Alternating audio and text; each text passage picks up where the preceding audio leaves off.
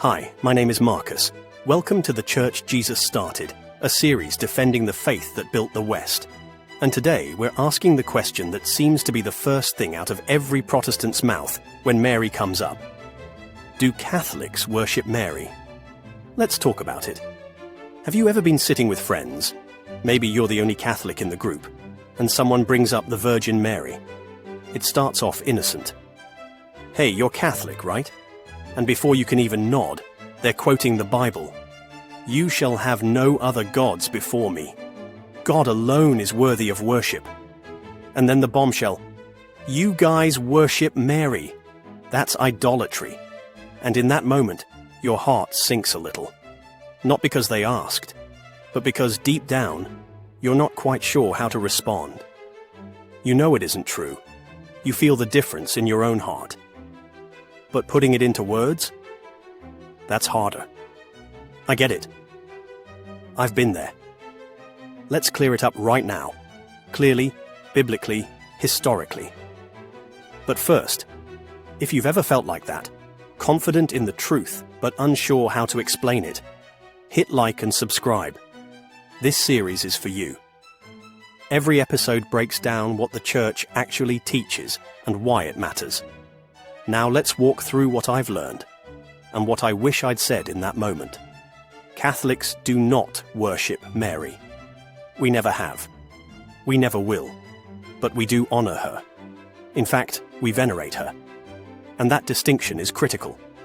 Worship, what Catholics call latria, is reserved for God alone, Father, Son, and Holy Spirit. Period. Veneration, or dulia, is the honor we give to the saints. And Mary, as the Mother of God, receives a special veneration called hyperdulia, not because she's divine, but because God himself chose her for the most intimate role in salvation history, to bear his Son. Think about that. God didn't just drop into the world. He chose a woman. He didn't need to, but he wanted to. That decision should tell us something about how God sees her. Because Mary is not some side character in the gospel story. She's the gateway through which God entered creation. Her yes, her fiat, is the hinge of history, and Scripture makes that clear. Let's go to the Bible. Protestants often say, "Show me where the Bible says to honor Mary." Okay, let's start with Luke 1:48, where Mary herself, under the inspiration of the Holy Spirit, proclaims, "From now on, all generations will call me blessed." That's not a suggestion. It's a prophecy, and it's being fulfilled in the Catholic Church every single day. Let's go back a few verses. When Mary visits Elizabeth, what does Elizabeth cry out? "Blessed are you among women," Luke 1:42, "and blessed is the fruit of your womb." Now pause. Who said that? A random person? No, Elizabeth, filled with the Holy Spirit. So let me ask you plainly, if the Holy Spirit, through Elizabeth, blesses Mary, if Mary herself in Scripture says all generations will call her blessed, why do so many Christians today go silent where the Bible speaks? But there's no mediator except Christ. That's the next objection, right? 1 Timothy 2:5 says there is one mediator between God and man, the man Christ Jesus. Absolutely, we agree. There is only one Redeemer, only one Savior. Mary didn't die on a cross. Mary didn't rise from the dead. But here's what Protestants often miss. Mediation doesn't end at Jesus. It begins with him and flows through the body of Christ. That's why we ask others to pray for us. That's why we preach. That's why Paul says, "Be imitators of me as I am of Christ." 1 Corinthians 11:1. If asking a friend to pray for you isn't competing with Jesus, then asking Mary, the most righteous woman who ever lived, isn't either. And we actually see this intercession in action at the very start of Jesus' public ministry. At the wedding at Cana in John 2, they run out of wine. Mary brings the need to Jesus. And what does he say? "Woman, what concern is that to me? My hour has not yet come." But Mary doesn't argue. She simply turns to the servants and says, Do whatever he tells you. And then, Jesus performs his first miracle. Not because he had to, but because his mother asked. Just like Solomon never refused his mother, the Queen Mother, Jesus responds to hers. That's intercession. That's biblical. That's love. James 5:16 says, "The prayer of a righteous person is powerful and effective." Tell me, who's more righteous than the Mother of God? Now, what about Mary's title as the Queen of Heaven? Ah, yes, Jeremiah 7:18. The verse that gets thrown out every time the title comes up. Let's be clear. The pagan Queen of Heaven, condemned in Jeremiah, was an idol, a false goddess from a fertility cult. Mary is not that. She is the true Queen of Heaven, because her Son is the King. And John confirms this in Revelation. In chapter 11, verse 19, he sees the Ark of the Covenant, the very thing that had been lost for centuries. And then, immediately after, in Revelation 12:1, he sees a woman clothed with the sun, with the moon under her feet, and a crown of 12 stars on her head. Who is she? She gives birth to a male child who will rule the nations. That's Jesus. So who's the woman with the crown who gave birth to a male child that would rule all the nations? The early Christians understood this clearly. That woman, crowned in heaven, is Mary. The Ark has returned. And it's not a golden box. It's a living person, the Mother of God. Let's also go to 1 Kings 2:19, when Bathsheba, the mother of Solomon, enters the royal court. The king rose to meet her and bowed down to her. He sat on his throne and had a throne brought for the king's mother, and she sat at his right hand.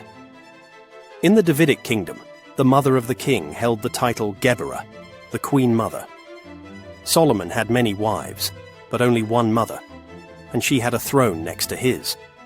So when the angel Gabriel greets Mary in Luke 1, saying, "The Lord God will give him the throne of his father David," he's saying Jesus is the new Davidic king, and that makes Mary the new Geberah, the Queen Mother. The early church fathers knew this. That's why they called her the Queen of Heaven, not in a pagan sense, but in a biblical one. What did the early Christians say? Protestants often imagine Marian devotion as some medieval invention. That's simply false.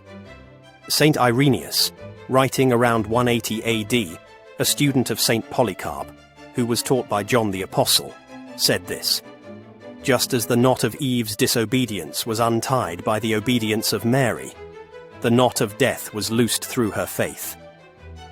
Mary isn't an afterthought. She's the new Eve.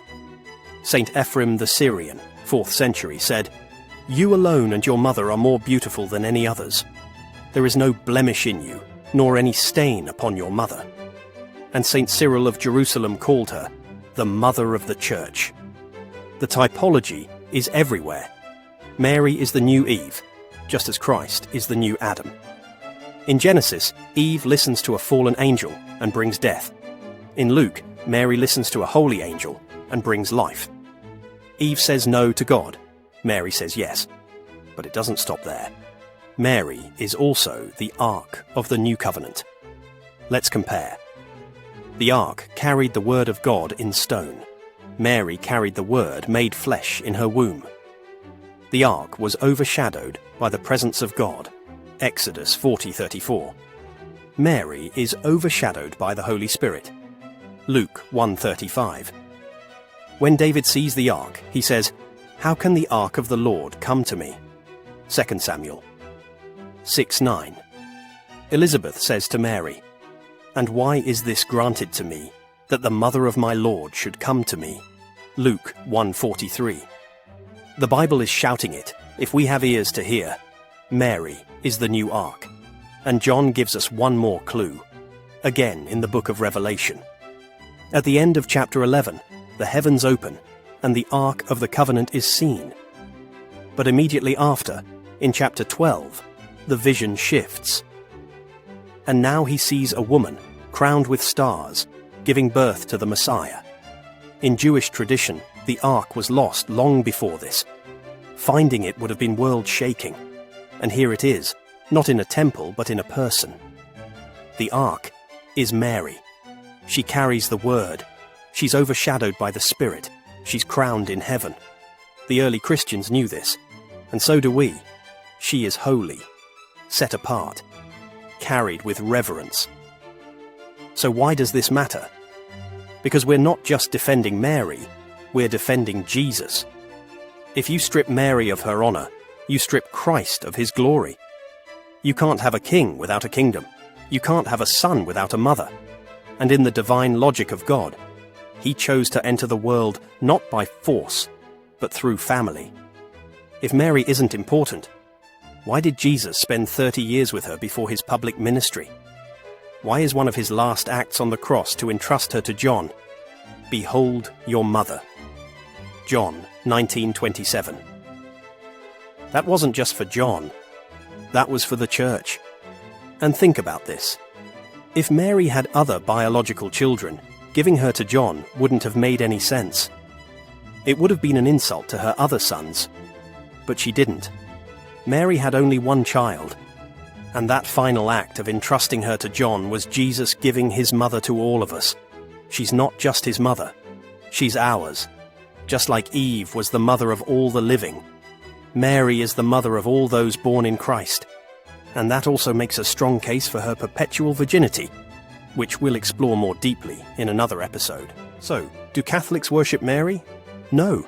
We love her, we honor her, and we follow her one command in all of Scripture.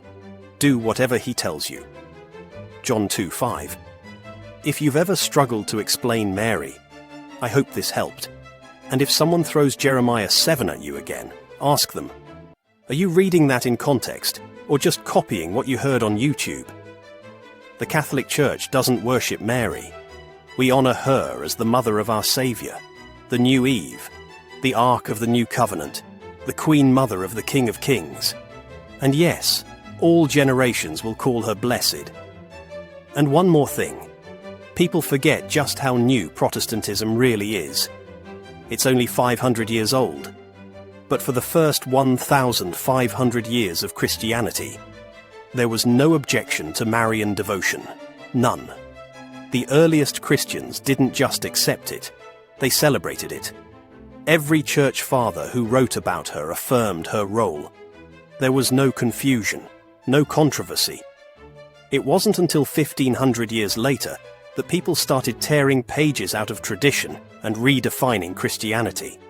You don't throw out your mother just because a new denomination shows up. If this moved you, don't stop here. Go read Luke 1. Pray a Hail Mary slowly and reflect on the words.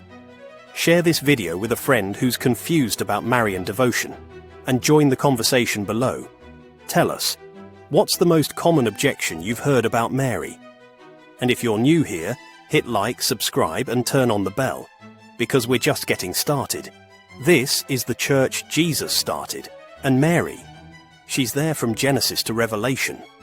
Protestants are too busy proof texting out of context to see the full vision of the church that Jesus founded. Honoring Mary doesn't replace Jesus, it reveals him.